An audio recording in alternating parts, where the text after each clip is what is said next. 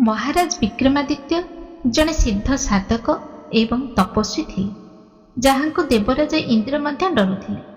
से एभली जानिथिले कि निजर संचित समस्त पुण्यफल निसंकोचरे अन्य को दान कर देउथिले। दिने सैनिक माने जड़े लोक को धरी आनी दरबार में हाजर कराइले। ता पाखरे एक थली थिला जेउथिरे अनेक धनरत्न रहिथिला। दिने सैनिक माने जड़े लोक को धरी आनी दरबार में हाजर कराइले। ता पाखरे एक थली थिला जेउथिरे अनेक धनरत्न रहिथिले।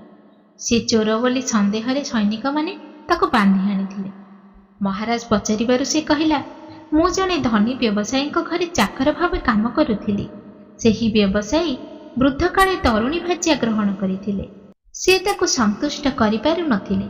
एनु स्त्री जनक मोते ग्रहण करि नैथिले। दिनको दिन आम भितर संपर्क गभीर होइगला। से मोते एसबु धन देइछि। काली तार स्वामी को मारी देई निर्दिष्ट स्थान रे मोते भेटिबो बोली कहिछि। तापरे आमे दुहे विवाह करी सुखरे रहिबु बोली से योजना बनाउछि। सत्यता जानिबा सकाशे महाराज लोक पठाइले। परदिन सेमाने आसी जणाइले जे से स्त्रीटी खूब चतुरी। ता प्रेमिक एपटे धरा पड़ी जाइछि बोली से कौनसी प्रकार जानी सारिछि। विष देई निज स्वामी को तो मारी सारिछि। तेणु निजकू सती साध्वी प्रमाणित करबा पई कांदी कांदी प्रचार करुछि जे ता स्वामी को केही चोर हत्या करी धनरत्न नहीं जाइछि। से ता स्वामी सहित सती हेबो बोली जिद धरि बसिछि। महाराज मने मने भाबिले, धन्य रे नारी चरित्र, गोपन प्रेम, पति हत्या दोषर बंचिबा पई व्यवसायीर स्त्री निजकू सती साब्यस्त कराइबाको अभिनव उपाय करिछि। परदिन महाराज निजर मंत्री पारिषदଙ୍କ सहित ସେହି ଲୋକଟିକୁ ନେଇ ନିର୍ଦ୍ଦିଷ୍ଟ ସ୍ଥାନରେ ଯାଇ ପହଞ୍ଚିଗଲେ। ସେତେବେଳକୁ ଚିତା ସଜା ଯାଇଥାଏ। ଲୋକମାନେ ସେହି ସ୍ତ୍ରୀର ଜୟ ଜୟକାର କରୁଥାନ୍ତି। କାରଣ ପତିର ଚିତାରେ ସତୀ ହେବାକୁ ଇଚ୍ଛା ପ୍ରକାଶ କରିବା କିଛି କମ୍ କଥା ନୁହେଁ। ମହାରାଜକୁ ଦେଖି ସମସ୍ତେ ଚୁପ୍ ହୋଇଗଲେ। ମହାରାଜ ଧରା ପଡ଼ିଥିବା ଲୋକଟିକୁ ଦେଖାଇ ଦେଇ ସେ ସ୍ତ୍ରୀକୁ କହିଲେ, ୟାକୁ ଚିହ୍ନି ପାରୁଛ? ସେ ସବୁ କଥା ସ୍ୱୀକାର କରିସାରିଛି। ଏଣୁ ଆଉ ମିଛ ଅଭିନୟ ନ କରି ଦଣ୍ଡ ଭୋଗିବାକୁ ପ୍ରସ୍ତୁତ ହୋଇଯାଅ। ସ୍ତ୍ରୀ ଜଣକ ନିଜର ଅପରାଧ ସ୍ୱୀକାର କରିବା ପରିବର୍ତ୍ତେ କହିଲା, ଆତ୍ମତୃପ୍ତି ନ ପାଇଲେ ସ୍ତ୍ରୀ ସବୁକିଛି କରିପାରେ। ମୋତେ ଦଣ୍ଡ ଦେବା ଆଗରୁ ଆପଣ ଆଗ ଯାଇ ନିଜ ଘରକୁ ସମ୍ଭାଳନ୍ତୁ। ଆପଣଙ୍କ ସାନରାଣୀ କେତେ ସତୀ ଶିରୋମଣି ଆଉ ଥରେ ପରୀକ୍ଷା କରି ଦେଖନ୍ତୁ। ଏହା କହି ସ୍ତ୍ରୀଟି ଚିତାରେ ନିଆଁ ଲଗାଇ ତା ଭିତରକୁ ଡେଇଁ ପଡ଼ିଲା। ଆଉ ତ ତାକୁ ଦଣ୍ଡ ଦେଇ ହେବନି।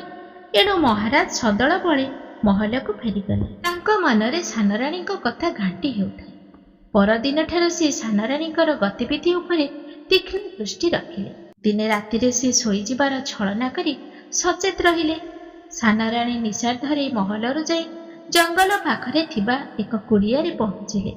ସେଠାରେ ଜଣେ ସନ୍ନ୍ୟାସୀ ଧ୍ୱନି ଜଳାଇ ବସିଥିଲେ।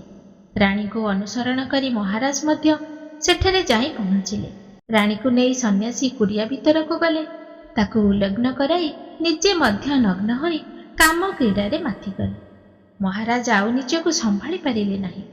ତରବାରୀ ଖୋଲି କୁଡ଼ିଆ ଭିତରେ ବସି ଭଣ୍ଡ ସନ୍ନ୍ୟାସୀ ସହିତ ସାନରାଣୀକୁ ହତ୍ୟା କଲେ। ଏହି ଘଟଣା ପରେ ମହାରାଜଙ୍କ ମନ ଖୁବ୍ ଉଦାସ ହୋଇପଡ଼ିଲା। ରାଜକାର୍ଯ୍ୟରେ ଆଉ ମନ ଲାଗିଲା ନାହିଁ। ସମସ୍ତେ ପ୍ରମାଦ ଗଣିଲେ। କିଛି ଦିନ ପରେ ମହାରାଜ ରାଜକାର୍ଯ୍ୟ ମନ୍ତ୍ରୀକୁ ଅର୍ପଣ କରି ସମୁଦ୍ର କୂଳରେ ପହଞ୍ଚିଗଲେ। ସମୁଦ୍ର ଦେବତାଙ୍କୁ ସନ୍ତୁଷ୍ଟ କରି ସେଠାରେ ଅଖଣ୍ଡ ତପ ସାଧନା କଲେ। ସମୁଦ୍ର ଦେବତା ତାଙ୍କୁ ଏକ ଶଙ୍ଖ ଦେଇ କହିଲେ, ତମ ସାଧନାରେ କେହି ବାଧା ଦେଇପାରିବେନି। ଯଦି କୌଣସି ବିପଦ ପଡ଼େ ସଙ୍ଗେ ସଙ୍ଗେ ଏହାକୁ ବଜାଇବ, ସବୁ ସମାଧାନ ହୋଇଯିବ। ମହାରାଜଙ୍କ କଠୋର ତପସ୍ୟା ଦେଖି ଇନ୍ଦ୍ର ଭୟଭୀତ ହୋଇଗଲେ। ବିଭିନ୍ନ ଉପାୟରେ ତାଙ୍କର ତପଭଗ୍ନ କରିବାକୁ ଚାହିଁଲେ। ସୁନ୍ଦରୀ ନର୍ତ୍ତକୀ ତିଳୋତ୍ତମାକୁ ମଧ୍ୟ ପଠାଇଲେ, ହେଲେ ଫଳ କିଛି ହେଲା ନାହିଁ। ଶେଷରେ ସେ ଏକ ଭିକ୍ଷୁକ ସାଧୁ ବେଶରେ ଆସି ମହାରାଜକୁ କହିଲେ, ମୋତେ ଭିକ୍ଷା ଦିଅନ୍ତୁ। ମହାରାଜ କହିଲେ, କ'ଣ ଚାହ ମାଗ, ମୁଁ ଦେବାକୁ ପ୍ରସ୍ତୁତ। ଇନ୍ଦ୍ର କହିଲେ, ମୋତେ ଆପଣଙ୍କ ସାଧନାର ସମସ୍ତ ଫଳ ପ୍ରଦାନ କରନ୍ତୁ। ମହାରାଜ ହସି ହସି ଦାନ କରିଦେଲେ। ଇନ୍ଦ୍ର ନିଜ ରୂପ ଧାରଣ କରି ତାଙ୍କୁ ଆଶୀର୍ବାଦ ଦେଇ ଦେବଲୋକକୁ ଗମନ କଲେ।